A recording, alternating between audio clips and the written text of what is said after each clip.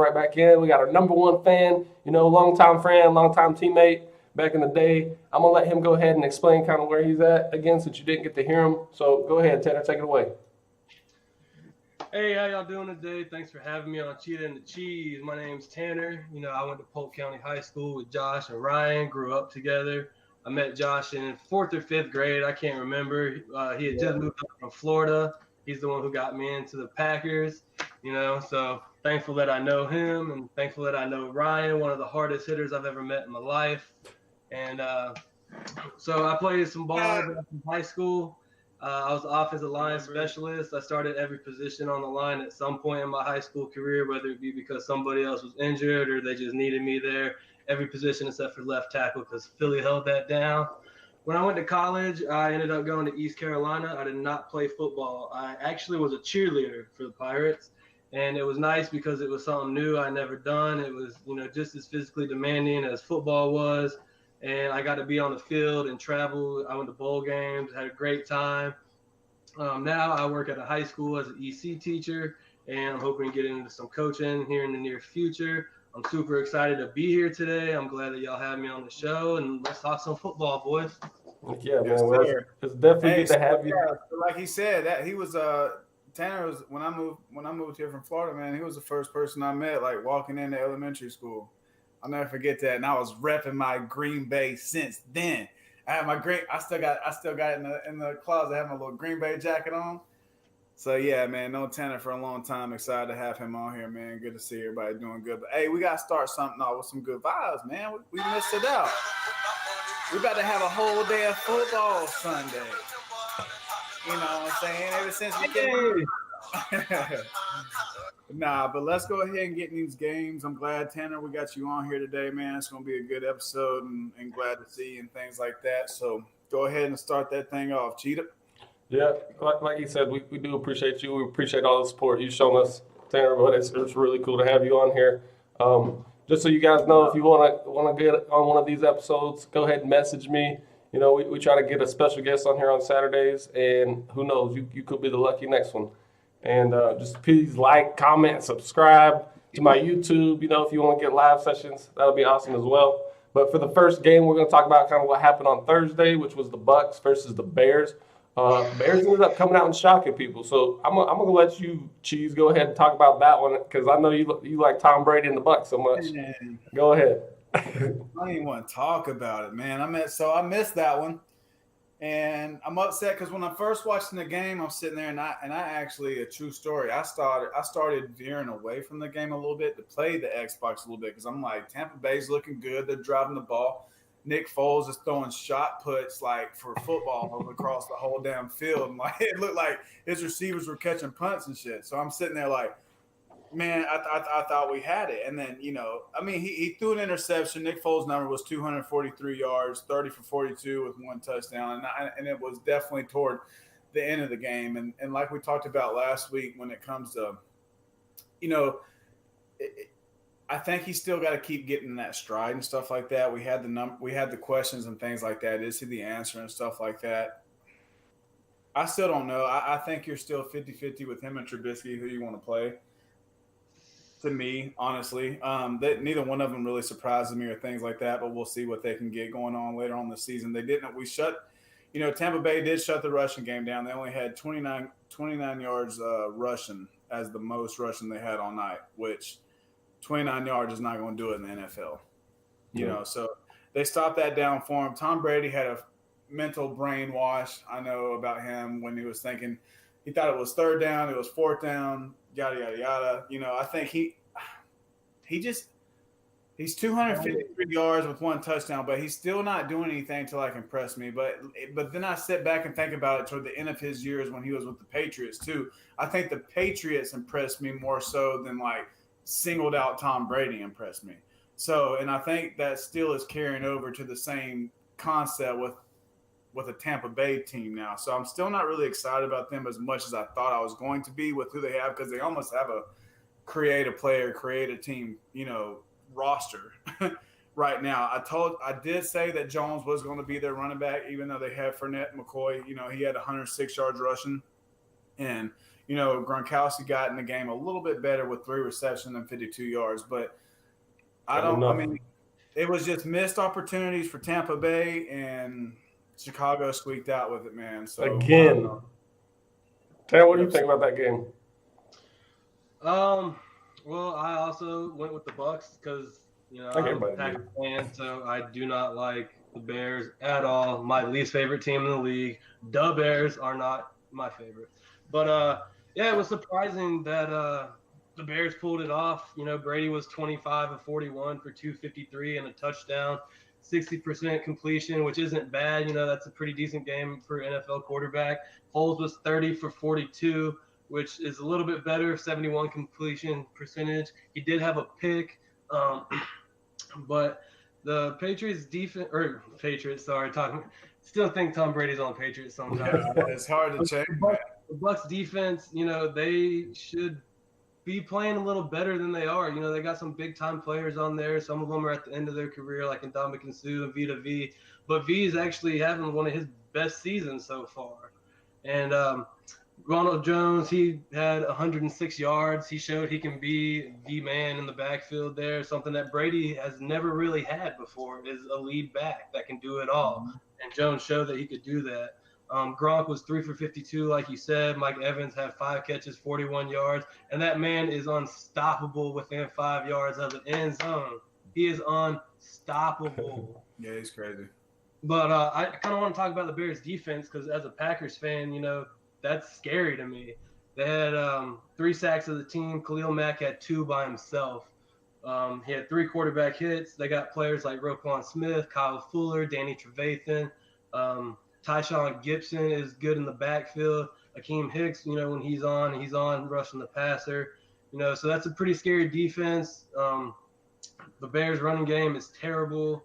So it was not what I expected it to be. It was actually, it was a better game than I thought it was going to be. I kind of thought the Bucs would just kind of wash them out, by 14 or so. But Brady is not as sharp as he once was. And, the more I watch him play, the more I'm thinking, was it Brady or was it Belichick up there making the magic happen? So, with Bruce Arians is a good coach too, not at all. So I don't know if they're going to figure it out, but they should win that division. I don't see the Saints really being that great this year. The Panthers, they're doing all right, but they got some work to do. So it's up to the Bucs. But Bucs to set their own. That's a good point though, no doubt. So if the Bucs can get it together, they can win that division and make the playoffs. But I honestly think if the Buccaneers had Jameis Winston right now, their record would be the exact same. Yeah. Actually, probably be 4-1 instead of 3-2 because Winston might have pulled it out last night. So interesting. I don't know, man. Bucs got to figure out something, and the Bears, as long as I personally think the Bears should go with Nick Foles from here on out, no questions asked, even if he throws 5 picks in a game because he can be a game manager, and I don't think Trubisky should have even been drafted, honestly. I've never been a fan of him. I watched him in college firsthand in person, wasn't impressed. I don't think he should be there, especially at what was the number 3 overall pick. So I'm not big on Trubisky. I think they should stick with Foles, let him be a game manager, kind of like Alex Smith was with the 49ers and with the Chiefs before Mahomes took over. Just manage the game, let your defense do the work, let your running back do something. But with Montgomery, the way he looked, he was not looking good the other night. And they lost Tarrant Cohen, I think, to a torn ACL or something like that. Yeah. So they took a hit. Maybe they can put Cordarrelle Patterson in at running back like Belichick did with them. Yeah. But both of those teams, they can still make the playoffs. They just got to, fix a few things, share some things up, and they should be good to go for the rest of the season. Yeah, that was a really good summary from both you guys of kind of what happened and things like that. I agree with everything most of you guys are saying. Nick Foles, I do feel like he needs to be given the reins, basically, right? You got to set a rhythm. That's got to be your guy. You got to live and die with your quarterback because if you got that dual quarterback stuff going on, that's a lot of leadership issues with the locker room. And you got to have somebody that you can believe in. And Nick Foles, he needs to just get it done, right? Give him this year. Your comment from Mitch Trubisky, Craig's over here laughing. He did impress me in the bowl game. Okay, I didn't really watch him too much, but when he played Stanford, he was throwing dimes down the sideline. Like cover two, you hit that hole, right? You got the corner kind of playing back and the safety over the top. He was throwing it right in there, and he was pretty accurate. I think he can throw on the run a lot better than he can just sitting in the pocket. He reminds me a little bit of Josh Allen on the run, but he just makes stupid decisions. The Bucs surprised me, not scoring all those points, but then you got Chicago's defense that's solid. You were just talking about the D-line. One thing I want to point out before we move on is Khalil Mack threw a guy me and Cheese highlighted, Tristan Wirfs. He threw his ass. Highlight him. Let's watch out for him. And hell, we put him on the spot. Bro, Khalil Mack went right past him, got a sack. The guy was still trying to block it. The rookie trying to still block him, and Khalil Mack literally just throws his ass over. Dude, it was probably one of the best things that I've seen in that game. One arm. But that is Khalil Mack, though. I know. Old boy's still going to be all right. He's still going to be Khalil Mack, potato sack. Give me Zadarius Smith all day. I do like Smith a lot better. Man, how many times have we played Khalil Mack anyway? Like, we're good. I ain't worried about Chicago. You better watch out, dude. They got a pretty decent defense. Let me knock on wood for us. Yeah, but the other thing I do want to mention, too, about that is Tom Brady ate dirt, and I loved it. Seeing him just sit on his back, is always a good sign for me. I do think Carolina's a little sneaky team in our division. I'm being biased, but I'm not trying to be too biased. I think we're pretty solid. Our young defense is coming to play. Phil Snow gets us in the right positions. Then our offense, Teddy's a game manager as well, and then he made it happen on his legs. So I think it's going to be real interesting to see how the South shapes up this year, especially with Drew Brees kind of being his last year and all the injuries with the Saints. But we'll get to that game here in a minute. So the next one, we are going to actually move to one of our key matchups this week. Okay, so I want our number one fan, Tanner, to go ahead and take over the Colts versus Browns. Tell us what you think about that game. All right, the Colts versus Browns. Indy versus Cleveland. This is actually my game of the week. I think both of these teams at 3-1 have a lot to prove this week, whether they're for real as a contender or just a pretender. Indy has the number one defense in the league, and that's not by accident. They are smash mouth. They hit you, and they let you know. I agree that they're good. Hell yeah. Indy, they have the number one overall defense, but they do have the fourth rushing defense, holding opponents to 77 yards a game. And Cleveland actually has the number 5 rushing defense at 91.8 yards a game. So both of these teams, I don't see a lot of running happening this week, maybe 50 to 100 yards total for both teams. I think it's going to be a clock management game for Phillip Rivers. He needs to just be a game manager and make smart plays. Look for his tight ends because his wide receivers aren't really doing much for him this year. So look for them. Jonathan Taylor out of the backfield. He's not doing too bad as a rookie. He kind of got thrust into the spotlight after Marlon Mack got hurt, and he jumped Hines in the lineup. He's averaging 3.8 a carry, which it's not great, but it's not terrible. He's getting it done. I think Phillip Rivers needs to do some play action fakes to him and maybe just dump it off to him towards the sideline. What he's good at. Go ahead. So that's what he's good at, is dumping it off. Yeah, and that's all he needs to do. Just ride his defense and just manage this game if they want to win it. But something I'm really interested in is the turnovers for both of these teams. Cleveland is number 1 in the league in turnover differential with +6. They have 6 forced fumbles, which is also number 1 in the league. Indy is number 5 in turnover differential with +4, and they're number 1 in the league with interceptions at 7. So you're looking at 2 teams who are really good at taking the ball away from the other team. So I'm very interested in that. Baker Mayfield, he's got to get Odell going. Odell had a good game last week, but that wasn't really because of Baker. Jarvis Landry threw a touchdown to him, and then he ran a touchdown in himself. He's got it. He's one of the best in the league. He's got to get him going. But for some reason, if that's not working, he's got to start looking at his tight ends and his running backs for checkdowns. Nick Chubb is out, so Kadeem Hunt has got to be the man for them.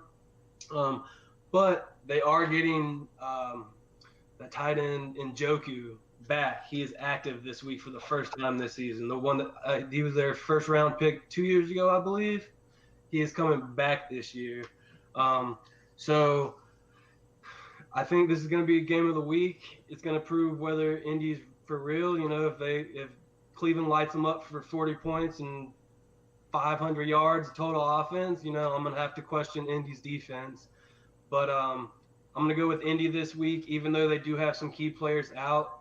Darius Leonard, their linebacker, is out with a groin injury. Their last tackle, Anthony Costanzo, is also out with a rib injury. That is going to be huge for Phillip Rivers. You know, your blindside tackle is one of the most important players in the game.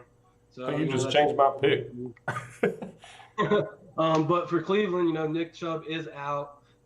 Their defensive end, Adrian Claiborne, is questionable, and their safety, Carl Joseph, is also questionable. So those are two key players on their defense that could possibly be out, and Indy could exploit that. So, but Cleveland is on a roll. It's hard for me to pick against them, especially after what I saw them do to the Cowgirls last week. They've scored 30-plus points in the last 3 games for the first time in, I think, since maybe the 90s or even the 80s, I think. So it's hard for me to pick against them, but I'm really riding that Indy defense this year, and I am a closet Phillip Rivers fan. He's the North Carolina boy. Like, you know, I've always been rooting for him to get a ring somehow. I don't think he'll do that this year, but that defense could get him very close. So, no. I'm gonna go What about you, Chief? So you're going with the Colts still? Yep, I'm not changing. I'm going with that defense. All right, Chief. It's a hard one, man. I'd go ahead and I would definitely agree with that. It's a hard one to pick. But I think just because of the 2 injuries that they have out, that, you know, that linebacker is top 5 linebacker in the league, and I don't really know who they have behind them. So, and what Cleveland's going to have to do is still make, you know, Hunt be able to be a factor in this game, because they have to find a way to establish it. You know, I don't know. It's hard. You know that Cleveland had, and the reason I'm going to say this is Cleveland has excited me a little bit more than what Indianapolis has, just because watching the games and then beating Dallas and things like that. It's still 2 quarterbacks at the same time too that I could just, you know, I could outweigh each other and really just, it's a pick in the dark, because Baker Mayfield and Phillip Rivers right now, Phillip Rivers in the age that he is right now, I mean, both of them can come out and throw about the same substantial thing in their best type games, and also have some really bad games that helps them, you know, defeat themselves when it comes to winning the game. But I would probably have to go with the Cleveland. I'm going to pick Cleveland Browns on this one. I say that they kind of find a way. The Browns' defensive line isn't awful, but they're not amazing. And I really like the Indianapolis Colts' offensive line. So that's another thing that kind of makes me teeter-tot between the two. But I think the Browns find a way to do it. Baker Mayfield finds a – I don't know. This one's a tough one, dude. This one's a tough one. I keep looking at this and going back and forth with it. Like, this is really a really good matchup, to be 100% honest with you. Yeah. But – I don't know. I go Browns. It's at Cleveland, so I'll give the home field advantage a little bit for that. So I'll take Browns on that one. True. With all Baker Mayfield's commercials and stuff, you know he's going to have that place spotless. But I mean, if you look at this though, if you really look at this, this is a pretty straight down the middle type matchup. Like, it's insane, especially with people out and things like that. Yeah, because that left tackle being out, Myles Garrett could have a field day on that. Yeah. That's why the defensive line is not amazing, but with their left tackle out, oh man. So I don't know. Yeah, I'm just gonna pick Browns. We got Craig comment on here. He said hard to pick. I'm taking the Colts. It comes down to which QB has fewer mistakes. I definitely agree with that. If you turn the ball over, I think I mentioned this multiple times. You turn the ball over 3 or 4 times, you're most likely not going to win. So Phillip Rivers does have a knack for throwing picks sometimes, and Baker does as well. So this is a hard one to pick, guys. But with Leonard being out for the Colts, That's huge. That's a like big you said, loss. That's top. the captain of your defense. Yeah. So and the freaking Browns love to run the ball, and how they gonna stop the run? I'm gonna side with you, Cheese, on this one with the Browns. I don't think the Colts, without him, are that type of defense. Now, he'll probably come back next week and things like that, and they'll get back to reality. One of the guys I like to highlight in the secondary for the Colts is Xavier Rhodes. He's a big physical corner. He's been doing pretty well. Had a pick six last week. Originally played in Minnesota. So you guys know all about him. Oh yeah, he's a player. So him versus Odell or Jarvis, whichever one he guards, I think that's going to be a real cool matchup to see. And is Baker going to throw it to the other team? But I think that their O-line in Cleveland, they're pretty good. And they've got one of the top running games in the league. They showed it versus Dallas. I mean, Dallas' defense is trash, and that whole division is whatever. But you run the ball like that in the NFL. You're doing things. You're opening up the whole playbook. Play action's going to be open. Your receivers. Make it easier for Baker Mayfield, and that's what you have to do to win games for them. Yeah, it can't be hard for Baker. It's got to be easy as hell for Baker, and let him just be athletic and make plays. Yeah, and your receivers are getting that one-on-one coverage. You're hoping that these guys actually take advantage of that. So go ahead, Tanner. I just want to add real quick. You said something about you don't know how Indy's going to stop the run. Don't forget they have a pretty good D line. They got Justin Houston on the edge. And don't forget they got DeForest Buckner from the 49ers, who was the key piece to that defense last year. They paid that man to come in and stop the run. And, so don't count out that defensive line just because they're linebackers now. Yeah, that is true. But I think the linebacker, you feel the A and B gaps, you put on certain blitzes, and he's over there calling probably the stunts that he wants the D-line to do. It's going to be hard to replace that kind of caliber of talent. But yeah, I agree with you. It's almost like losing to Kuechly though. Big, huh? Oh yeah, yeah. That's not good. But so with all that being said, I am going to take the Browns. I think they're on their high horse right now. They're starting to figure it out. I never would have thought in a million years that I'd be picking the Browns on any game. Yeah. But they're starting to put it together. They're putting up a nice little roster. They got Odell. I hate Odell. More than he's on my top 5 hated list for sure. Was up there with Tom Brady. So screw Odell. I know he's good, but he's a diva. Yeah, I don't like his attitude or anything like that. So I'm definitely picking the Browns. So me and Cheese is picking the Browns. You're picking the Colts. All right, that's going to move us on to our next game of the week. We'll go ahead and skip that one and go with the Eagles versus the Steelers. Cheese, go ahead and take that one away. Steelers, bro. I'm not going to say – Steelers – I'm still liking Steelers right now, and they're kind of like with Kansas City with me, not like as the same caliber team, but I'm with the Steelers right now until they get knocked off. I really like what Tomlin does as a head coach. The Eagles are so flaky. They're such a flaky team right now.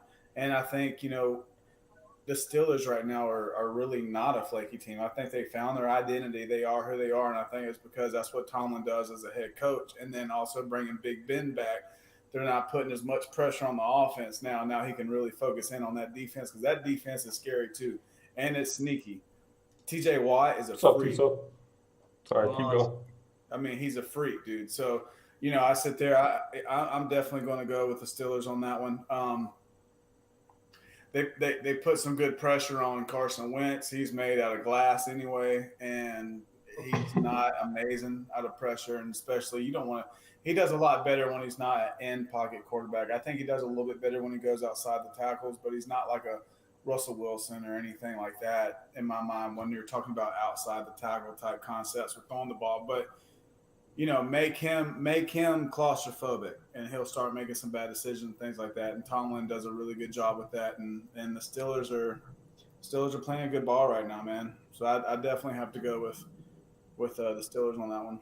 Yeah, I also do like the Steelers in this matchup. The NFC East is just ass. I don't know how they snuck one out versus the 49ers last week, with the Eagles. So I do. Their O-line is awful. Steelers defense, they send all these crazy blitzes. I like them in Baltimore defense, the style of defense they dial up because A-gap pressure, C-gap, D-gap, all of those pressures are like disguised. And then you'll have a field blitz every now and then where you even have a D lineman dropping back to the flats or the hook to curl. So that's real fun to see how they can actually get these guys out there and they're ready to go. In that aspect, I just think the Steelers just beat the crap out of the Eagles. They're not going to be prepared for all these extravagant blitzes.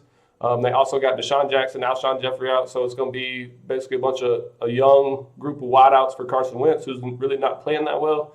Miles Sanders is going to have to put the team basically on his back if they're going to actually stand a chance. It's in Pittsburgh. It's in Pittsburgh, too. Yeah, and that's a bad place to play, boys. Trust me, I know about that. Carolina came out first drive, 7-0. Then we go get our ass kicked 50-something. A definite different place to play a football game in, no doubt. But other than that, TJ Watt, like you said, that's the highlighted player on that defense. Their offense, one guy I really like that they got is Chase Claypool from Notre Dame. Notre Dame actually, yeah, he's huge. I didn't even realize how big he was, but he's a nice little compliment to Juju and Deontay Johnson, and then Eric Ebron. They put together a pretty decent looking offense for Pittsburgh, and you got Big Ben back there with the leading them, and I love Big Ben. He's hard to tackle. He's got a cannon. He reminds me a little bit of an older Josh Allen that can't run. I've been comparing a lot of people to Josh Allen lately because I love that. But then he's also got the mindset, too, of sitting here thinking about all these old quarterbacks going to new teams and things like that. This could be a year right now where he can shut up everybody because nobody was talking about him. And you can't not talk about Big Ben. He's been a great quarterback for my lifetime growing up.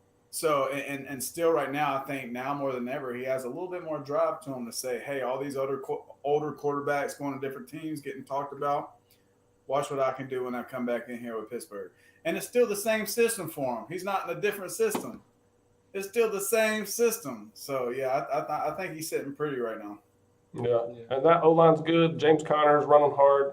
I don't know. I think there'll be too much. The one thing I do want to see from the Eagles is Jalen Hurts go in at quarterback. I just want to see what this dude's about. He took 2 teams to the playoffs in college football. He's coming to the league with really good highlights, dude. Like not just running the ball. He's a dual threat quarterback, and I need to see him in there. I'm tired of Carson Wentz. Put his ass in. All right, Tanner, what do you think about that game? Just one word: blitz. Steelers, blitz, blitz, blitz. They're the number 1 blitzing team in the league. They're actually the number 1 blitzing team over the last 15 years, I think. Yeah. So as long as they blitz, Eagles don't stand a chance against that defense. You guys talk a lot about TJ Watt. I think some people forget that Bud Dupree, number 48, is on the other side of that defensive line. Mm-hmm. And you were talking about dropping a defensive lineman out into the flats. Both of them can do that. They can both cover fullbacks, running backs, tight ends, even some of the receivers. They can both cover. So that defense, speaks for itself. Steel curtain, they're always pretty good defense. Tomlin's a great coach. They got Big Ben back right now. He's my leading candidate for comeback player of the year, unless for some reason Alex Smith gets his legs back on that field for Washington and starts winning games for Rivera in Washington. I think Big Ben's got it locked up for comeback player of the year. Their offense is meshing well. You talk about Claypool. The dude is just a genetic freak. He reminds me of a slightly smaller Calvin Johnson. I know that's a lot to put into a rookie, but just physically, he reminds me of a Calvin Johnson type. You got James Conner running hard. Don't forget about James Washington, I think 2nd or 3rd year receiver out of Oklahoma State. The man is known for going deep and catching deep balls. So watch out for him. I think Ben could launch a couple out to him. So the Eagles, they're just ever since that Super Bowl, they just haven't been the same, especially Carson Wentz before he got hurt, he was leading the league like front runner for MVP that year. He was lighting it up, and I just don't think he's the same. I want Jalen Hurts in. I've wanted him in since the first game of the season. I'm big on Jalen Hurts. I think he should have been drafted up there with Tua. Yeah. So I'd like to see him go in, but I don't think the Eagles stand a chance in this game. Y'all think they put him in this year? Yeah. Tua? No. Do y'all think they treat Tua or him the same? Because I don't think Tua's touching the field all year. They're going to get through with Fitzpatrick. Well, Jalen Hurts already touched the field. gets on the field. Jalen Hurts already touched the field as a wideout. I don't think he'll start. I think he'll go kind of like how the Saints put. I don't think he'll start all year either unless Carson gets hurt. Yeah, it's like how the Saints use Taysom Hill. You know, sometimes he comes in as a quarterback, sometimes he as a tight end. You know, both of the quarterbacks in at the same time. I think that's how they're using him. And honestly, I think that would be effective, you know, because the dude, he's a player. You know, it kind of reminds me of our high school quarterback. You know, he was a quarterback, but he was just an overall athlete. You know, so you got to use your athletes the best, you know, get the best out of your athletes. So I think they should put him on the field, definitely. Yeah. Well, we all picked the Steelers on that one. They might surprise us again. You know, the Eagles defense did some work versus San Francisco, but I just think the Steelers are too much. I think everybody's in agreement with that. So the next game we're going to be talking about is the Raiders versus the Chiefs. Las Vegas rise up. Las Vegas, where you at, son? It is in the Chiefs, and that's not good. But it is a division game. It is Josh Jacobs is a little bit fresher legs. We were talking about it the other day because he wasn't utilized really too much in the fourth because they were playing from behind. Derek Carr is still a very accurate quarterback. Henry Ruggs, I think, might be coming back this week. I'm upset city, baby. Let's go, Las Vegas. I wore my hat today just for that purpose. You know, I think they could go in as a divisional opponent, and then I think they're matching. Both y'all shaking your head. Y'all think I'm crazy. But, not a chance. We already know who the Chiefs are. Patrick Mahomes, Travis Kelce, all that stuff. I am going, Craig, a homer pick, baby. I think the defense. Hey, shut your mouth. Just shut your mouth. I'm taking that defense a little bit. I think they're going to be a little bit more prepared. They obviously got 2 games this season. They got a lot of film on them. They might be the kryptonite that Lamar was saying that the Chiefs were to the Ravens. I think the Raiders have a chance to go and win this game. They're going to take care of the football. They're going to run it down their throats, and then they're going to play some decent defense, put Patrick Mahomes on his back a couple times, and force him to throw an errant throw. It's going to be close, but I think the Raiders will pull it out. What you got, Tanner? I don't even want to hear what Chief says yet. hey, let's put 20 on that game, Cheetah. No, I'm not doing it. Come on, let's put 20 on it. I'm not doing it. We can put 20 on it. I'll send you my Venmo and stuff. We can put 20 on it, Craig, if you want. Because, you know, you're in them too. I see you in the comments. But, yeah, you know, I just don't see the Raiders doing anything really. Derek Carr, he's good, but if he gets flushed out of that pocket at all, you know, he's going to overthrow. If they get Ruggs back, that's nice, but, you know, he's just fast. It's not like it's going to make a big difference. Josh Jacobs could have a big game in the running game because the Chiefs' defense, you know, sometimes is a little weak against the rush. But they've been playing pretty good lately. They're a very physical team, both sides of the ball, the Chiefs. So I just don't see the Raiders doing much of anything. Waller might have a big game at the tight end position, you know, but I see the Chiefs offense putting up at least 32 to 40 points on the Raiders defense. I'm going to tell you this. They're just not that – they're not there yet, man. As much as I'd like for them to be there, they're not. The Raiders drafted specifically to beat the Chiefs. Specifically. Yeah, but not this year. Maybe next year. No, this year, baby. Not this year. But I do want to bring something up.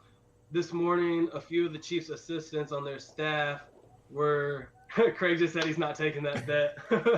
All right, man, it's cool. But a couple of the Chiefs' assistants and personnel were tested positive for COVID. So that game could possibly not even happen this week. But if it does happen, Mahomes is going to have 3 touchdowns through the air minimum, probably 350 yards. So, and you know I'm not big on their running back either. What's his name? Edwards-Helaire. I'm not big on him at all. I like him. I do think the Raiders will shut him down, and it's all going to be on Mahomes. But I just don't see them keeping up with those wide receivers and Travis Kelce. So I'm taking the Chiefs. John Gruden has tricks up his sleeve this week. Just watch it. Go ahead, Cheese. Now I want to hear what you got to I say. don't care how many tricks he's got, but I'm not even gonna say much. Andy Reid, that's what's gonna win the game. Andy Reid. I like what Gruden does and things like that, but you want to talk about tricks up their sleeves. Andy Reid was born in the Lucky Charms box. You want to talk about tricks, bro. Dude, Andy Reid taking plays from 50, 60 years ago and implementing them in today's game. The man's a genius. Like, yeah, continue, man. I'm telling you, like, so, and then the fact of the matter is, I'm not going to say, I'll say it week by week. I'm not going against the Chiefs until they get knocked off. You're the champ until you get knocked off. And then I'll start looking at it, and then I'll start analyzing it from there and how they lost or why they lost. But as of right now, with them being significantly pretty healthy and rolling through things right now in the NFL, no, I really do like what, the Raiders are doing and things like that, but it's just not time now. Do I, 2, 3 taking the Raiders 2 seasons from now, another season from now? Yeah, I think it's a lot closer game and things like that because they're doing a really good thing in Las Vegas right now. But it's Kansas City Chiefs time now. Until they get beat, I got to rock with them. But that being said, the Raiders are on the way to doing some great things here in the next few seasons to come. But it's just not right now. So I'm going to take the Raiders. Both of you guys taking the Chiefs, huh? Yes, sir. That's my upset pick. That's what we live for right there. The Chiefs in the Super Bowl. Oh, yeah? That's what y'all think? Just like the first Super Bowl ever, and we won 35-10, so I don't even care. Okay, mark that. It scares me. That matchup scares me, man. Write that down. I need to know that. Okay, 34, exactly your score and everything. Just see if history repeats itself. We already beat them in the first Super Bowl ever. 35-10. Yeah, I know. That's what I'm saying. Oh. So maybe history repeats itself. And 34-12. All right. So that was an interesting pick. Juan even came on here and commented the Raiders. That's what I'm talking about, Juan. Woo, we in this together, baby. Next game. Right after this, homie. Shout out to Juan. It's my boy. That's my man. What's up, Juan? Long time no see, bro. Hope you're doing well. Yeah, that is the game of the week, I think, too. One, that's going to be a real interesting one to watch. Very fun one. Chiefs, or Tiso saying Chiefs got handed the Super Bowl. Patrick Mahomes didn't get handed nothing. That man put the team on his back and took them to where they needed to go. They're a really good football team. This was real last year. So nothing was handed over. I'm going to disagree with you on that one, Tiso. Sorry, buddy. But we're going to go ahead and get started. I know we've taken a long time on these 3 games that we talked about. We'll try to speed it up a little bit, but we are going to just go over the picks after all these key matchups and maybe say a little bit about them. But the next game we're going to talk about is the Vikings versus the Seahawks. I'm going to let T-Ram go ahead and take that one over. Tell us what you think. This is a big game, in my opinion, for Minnesota, bigger than probably any other team this week. If Minnesota loses this game, their season is toast. It's over. They'll be 1-4 in a division with the Bears, the Lions, and the Packers. You're not getting out of that hole. Russell Wilson is playing like a man possessed right now. He's got 16 touchdowns to 2 interceptions. His completion percentage is 75.2, which is leading the league, which is a ridiculous completion percentage. Minnesota is 29th in passing defense, so he's going to light it up big time. I'm hoping for at least 3 touchdowns out of him, probably 300 yards. DK Metcalf, he has been sitting out this week for. It says load management, but I'm pretty sure, he's just resting a little bit. So he has fresher legs come Sunday. But speaking of Minnesota's passing defense, this could be a huge game for Kirk Cousins as well, because guess who is dead last in the league in passing defense? The Seahawks, with over 400 yards a game being allowed. I think it's who they played, though, sometimes. The Dolphins, yeah. Go Dolphins. That was the one game that he went insane. Because they're bad. Yeah.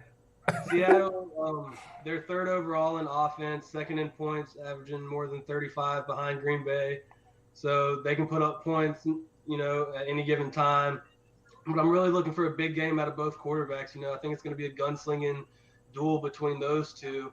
Dalvin Cook is the league's leading rusher right now with, I think, right around 100 yards a game or so, which that man's putting in work, But Seattle defense, rush defense, 3rd overall. So that could be a good matchup there. So that's why I'm thinking it's going to be a big passing game.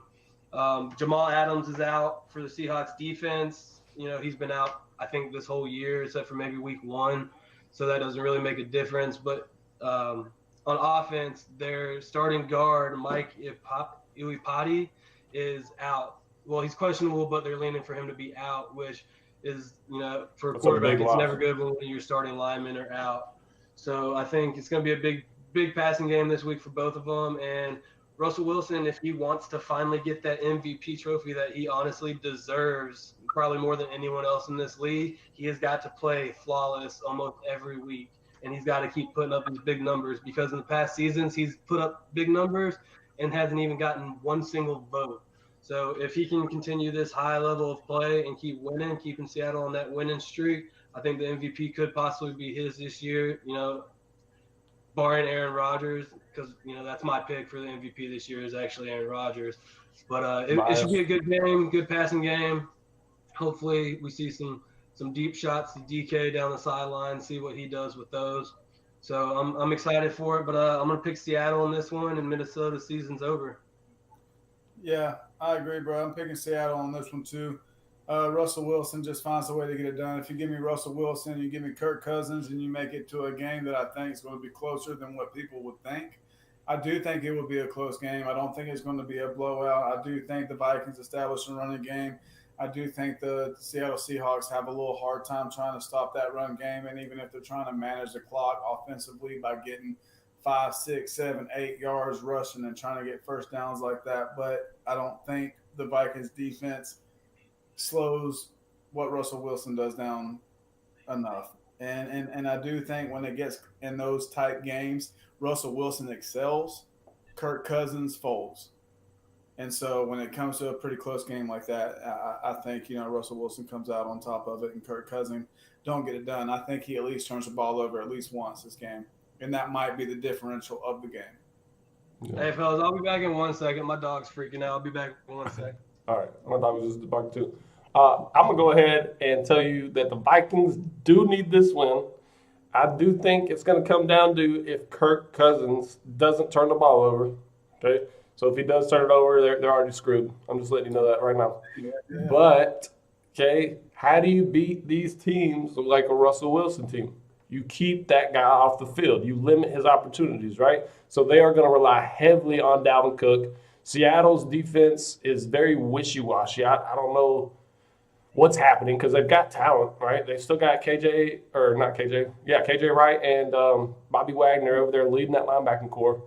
Their D-line, they lost Jadeveon Clowney, obviously, but, I think Frank Clark's the one, right? Or no, he got traded to the Chiefs. I can't remember. Yeah. I don't know. One of their D linemen, I think, is supposed to be pretty dang good. And then their secondary is very, for Seattle. So I do like the Griffin guy, the one that had the brother with the nub hand. He ended up getting cut, but the one that's actually playing, as the corner, I think he's legit. I think he's solid. But that defense, they're just not playing up to their potential. Like I said, I think the Vikings need to win this. I'm going Vikings just to be different on you guys. Seattle's luck runs out. Huh? Yeah, you think you're going to catch up. Yeah. Seattle's luck runs out a little bit this week. I think they're going to keep Russell off the field just with Dalvin. And Kirk Cousins doesn't turn the ball over.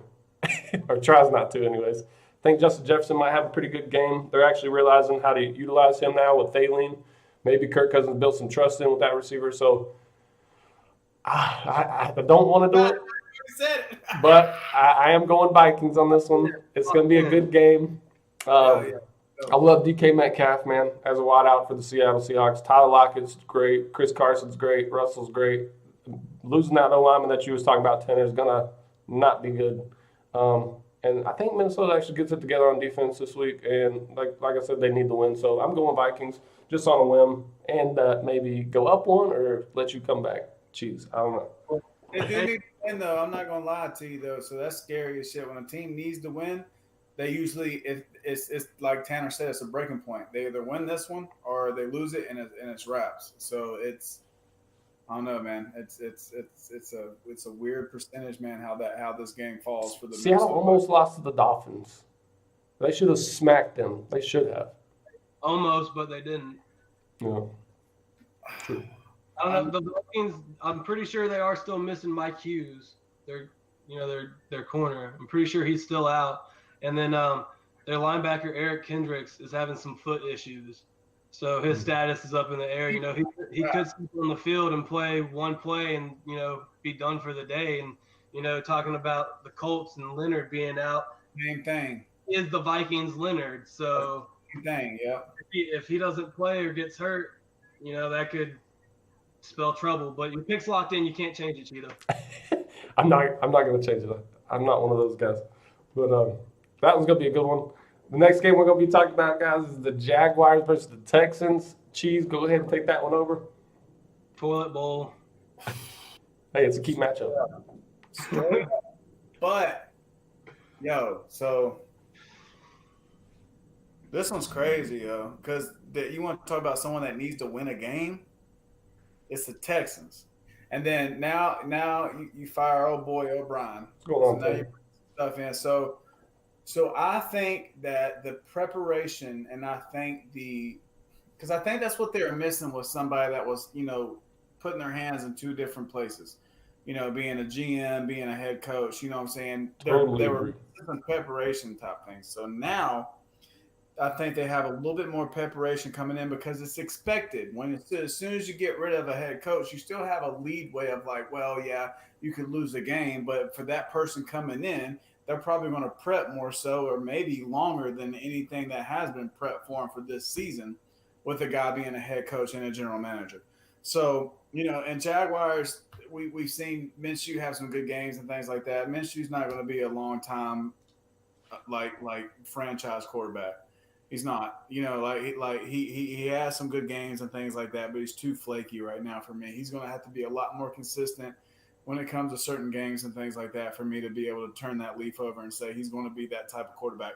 But I think I'm going to go with the Houston Texans on this one. I think the defense does what they need to do. Deshaun Watson actually tries to get a game in, and just for the simple fact they're making changes. And so do the changes they make absolutely help them get a win in against the Jacksonville Jaguars team. So that's why I'm going with it. I think the changes help them instead of hurt them. Yeah, I'm going to also choose the Texans on this one after firing so much like that. And J.J. Watt, having an exchange with him as your leader on the defensive side of the ball. It's going to be a sack city for Gardner Minshew. It's going to be scary for him to drop back there because J.J. Watt's going to come full-fledged. They said they're going to try to establish more of a running game towards the second half with James Robinson for the Jaguars, but it's hard to run versus a front like a J.J. Watt.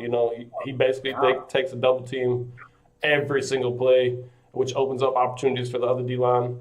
But I do think the Texans are going to be pretty fired up to get that first dub this week, and that one's I don't think the Jaguars defense is that solid. Well, things have changed. And Yeah. things had to change, so maybe it's a good change. Hopefully it is, because Deshaun Watson still, I think, is a pretty damn good quarterback. What you think about that one, Tanner?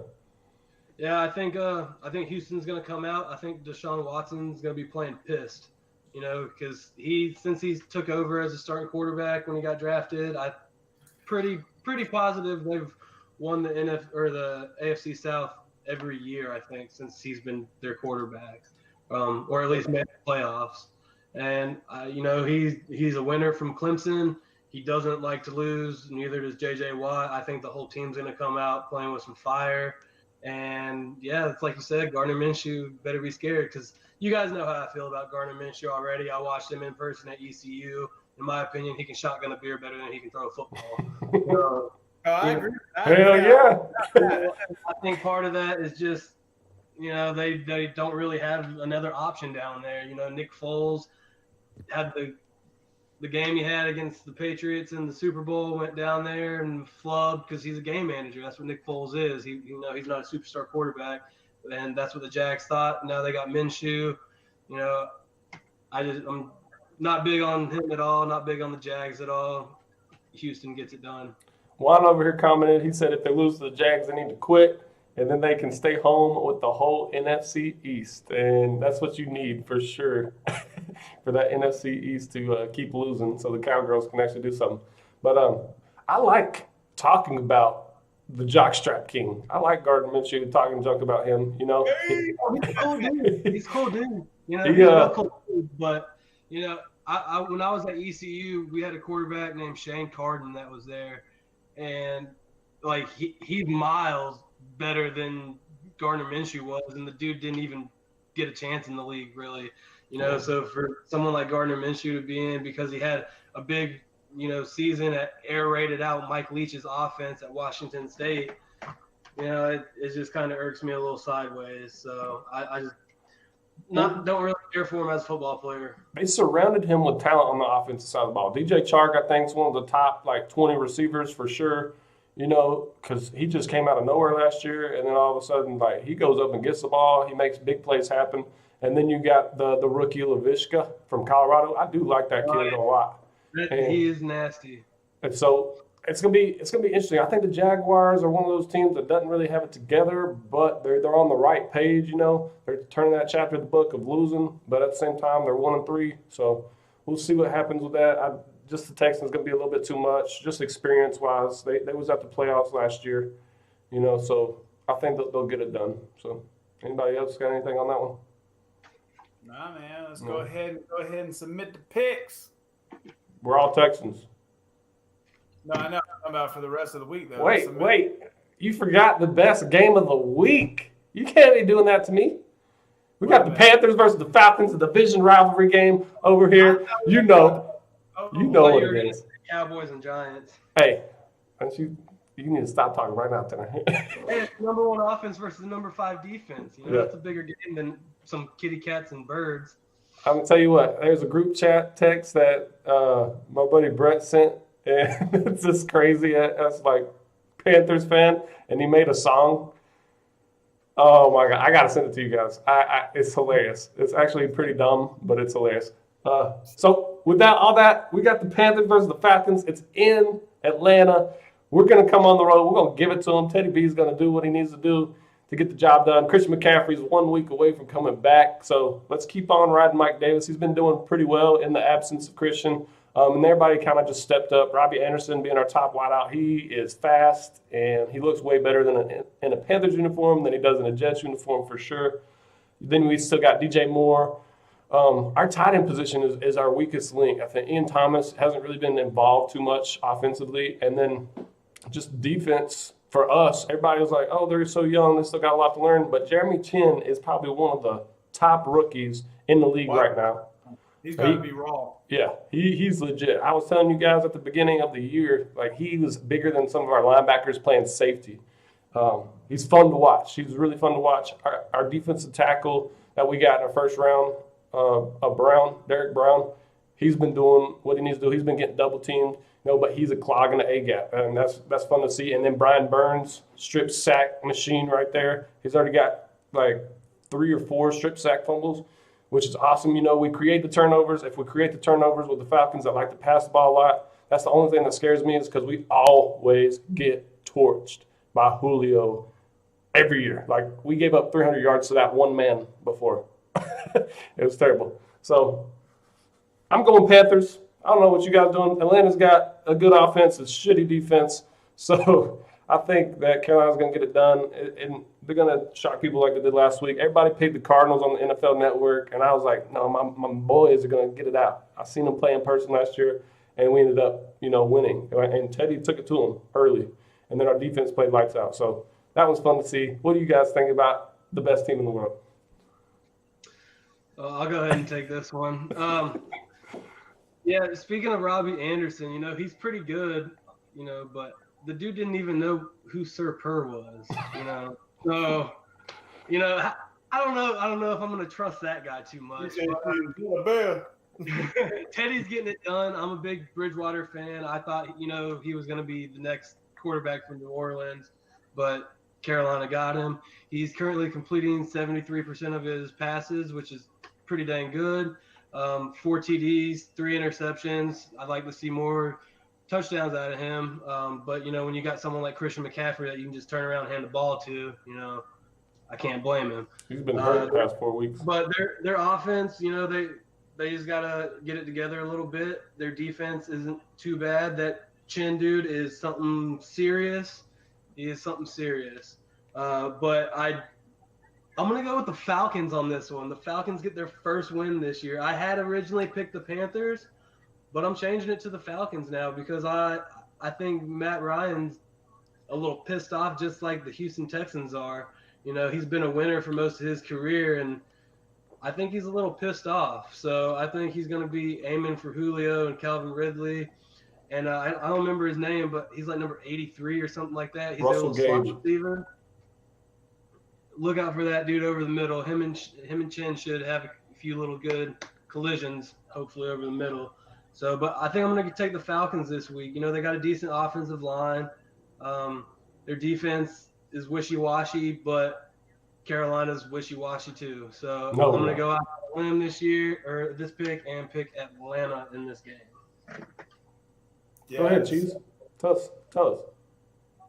This one is a tough one and thing like this, but the simple fact, when I sit here and think about it, the simple fact that the Carolina Panthers shut down the offense that the Arizona Cardinals have, I think they can shut down the offense that the Falcons can have.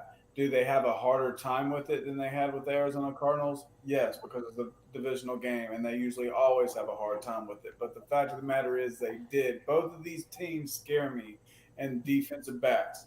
Corner play is what scare me for both of these teams. Now, is it also a time and chance for Anderson and things like that and Teddy Bridgewater to start breaking out and things like that because they're playing a weak, watered-down defensive backfield for Atlanta? Yeah, it definitely could be. Could it be vice versa for Ridley and Jones coming back, even though Green Bay just shut them down, but they're both coming back? Now they have to go out there and kind of put things together 100%. So, I don't know. I'm going more based off of who both of those teams played last week, and Carolina really impressed me more so than what Atlanta did, especially playing against a really good Arizona offense, and also Arizona's defense is not shabby at all either. I think Arizona's defense is definitely better than Atlanta's defense, and they was able to put things together. So I'm going to go Carolina with this one. I think Teddy Bridgewater stays somewhat consistent of what he did last week, and they start putting it because right now, if you look at it with the new coach and things like that at Carolina, they're figuring out and running certain schemes and certain plays, and they're throwing some things out and they're keeping some things. And we're seeing over time, over these first handful of games, that they're keeping more so than what they're throwing out. So they're building on some good basics, and people are starting to get on the same page. So I say Carolina on this one, and they still hurt Atlanta. Atlanta's just, I think they got a curse on them. Yeah, their defense. Just Carolina's defense does allow over 125 yards a game on the ground. So, they could beat them deep with those, little play action. Could get them deep. Could just turn around, hand it off to Gurley. It could be Gurley of old, So I think it's going to be a better game than a lot of people think it's going to be. But, I'm still going to go with the Falcons. Speaking of that secondary, we have Dante Action Jackson, from LSU, young cat. He's doing pretty good. And then we also got that Pride, that rookie we drafted from Notre Dame. He's been coming up and making a really good tackles, honestly, because sometimes he'll have to cover the flats. And then we had the guy that was originally at Atlanta. I forgot what his name was, but he had to step in because Dante Jackson was a little bit hurt or banged up. And then Eli Apple is still, I think he's hurting as well. Julio Jones might not even play this week, so that's good to know. Yeah. And with those young guys too, dude, there was no preseason this year. Yeah. It's going to take them a few games. Hell, right now we're now looking and talking about the game. It would be, in all aspects of things, pretty much the first game of the season right now, because now you got your 4 preseason games done. So these guys will start getting it together and start piecing it and things like that. And I think Carolina is definitely young, but I think they're not a young team to fret about. So Tanner, Todd Gurley does not look like himself. He just doesn't. No, he looks old. His knees are shot. Yeah. But you never know. All it takes is one big play, and he's got 70-yard touchdown. And True. He will have breakout games this year. Yeah. I think it's just mix and match. I don't know when it's going to come, but he will have a handful of breakout games. Yeah. Well, that is our key matchups of the week. Right now, we're going to have Cheese take it over with all the games, and we're going to make our picks by that. We appreciate you guys tuning in. If you're still here watching, awesome. You get to see who we're thinking is going to win the rest of the games. So we're different on a lot of these, actually. So I got the Raiders. You go ahead. Go ahead, Cheese. All right, first one we got right here, we got Jaguars and the Texans. We already talked about that. I picked Texans. Ditto. Texans. All right, now we got Bengals and the Ravens. Just a little talk about that. Lamar Jackson has not been practicing, but they have not put him as – they still have him as starting. So if he's still starting, I picked the Ravens over that. Yeah, I'm taking Baltimore easily. Yeah, I'm taking Ravens as well. I don't think they beat the spread that we were talking about, right? That the Bengals are plus 13. I think Joe Burrow comes back and does some college miracles like he did at LSU. It'll be a lot more closer, but the Ravens just too much, offense and defensively. Might be. Lamar Jackson did practice. Oh, he did? He was out on the field throwing. Today? Mm-hmm. Oh, okay. Well, good. Yeah, so I definitely picked them. All right, Panthers and Falcons, we already talked about. I'm going Panthers on that one. I'll take Atlanta, and I'll take that $20 bet on this one if you want, Cheetah. I'll take the Panthers, and no, I'm throwing my money at the sports book. Yeah, you know he's going to go over there. All right, next one we got Raiders and the Chiefs. I picked the Chiefs. Chiefs. Raiders! All right, now we got Cardinals and the Jets. If the Cardinals do not win, then I don't know. Then they're done for the season too for the Cardinals. Well, the Jets, Darnold is not playing, so Joe Flacco is going to get the start, and Le'Veon Bell is back.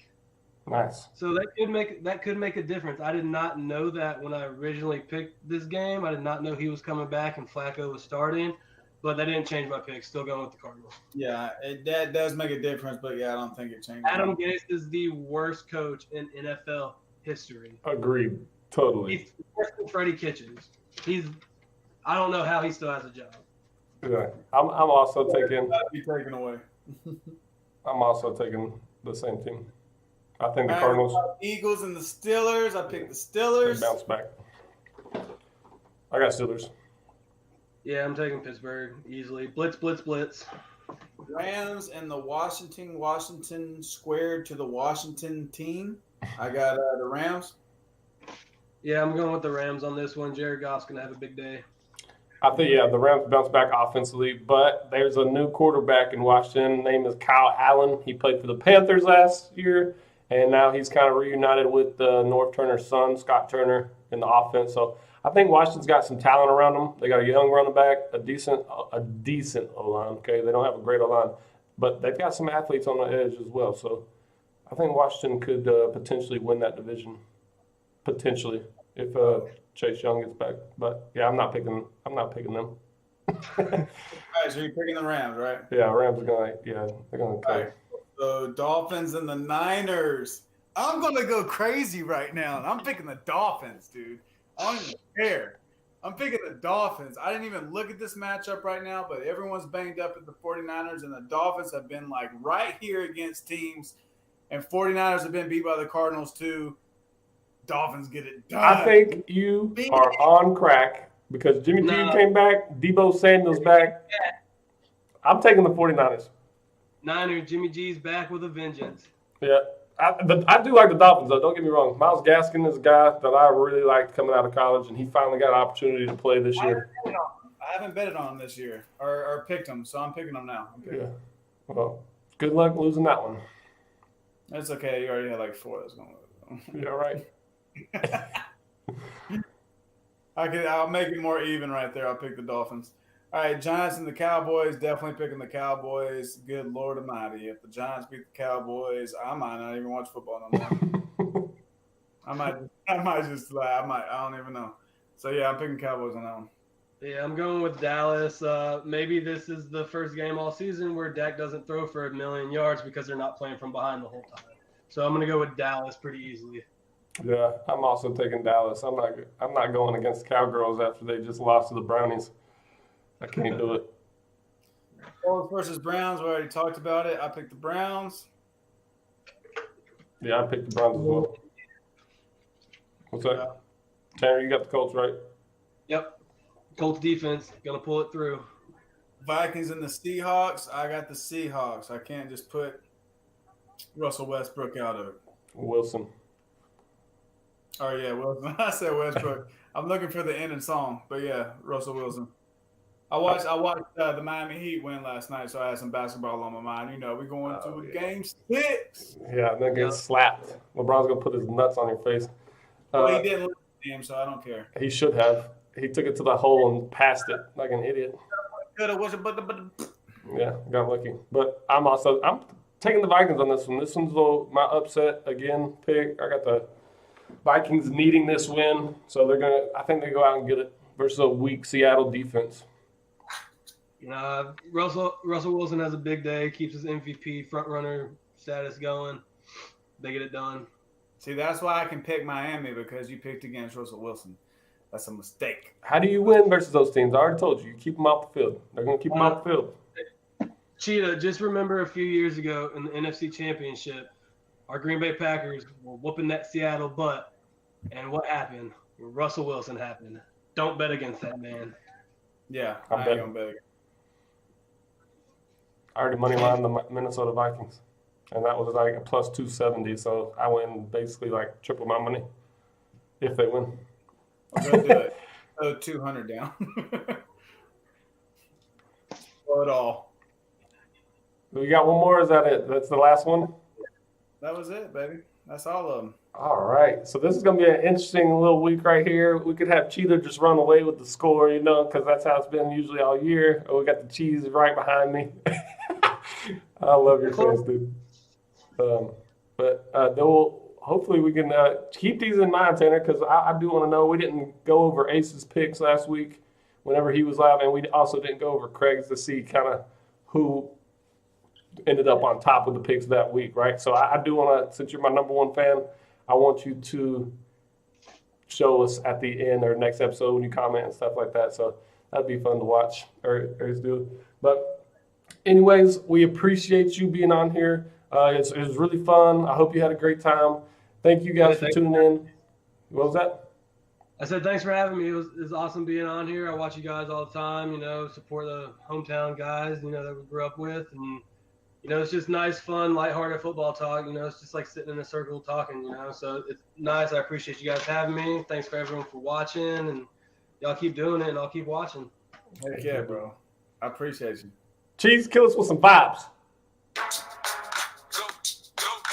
Hey. Make sure you guys tune in next time on Monday. Okay, we will be back. Cheetah.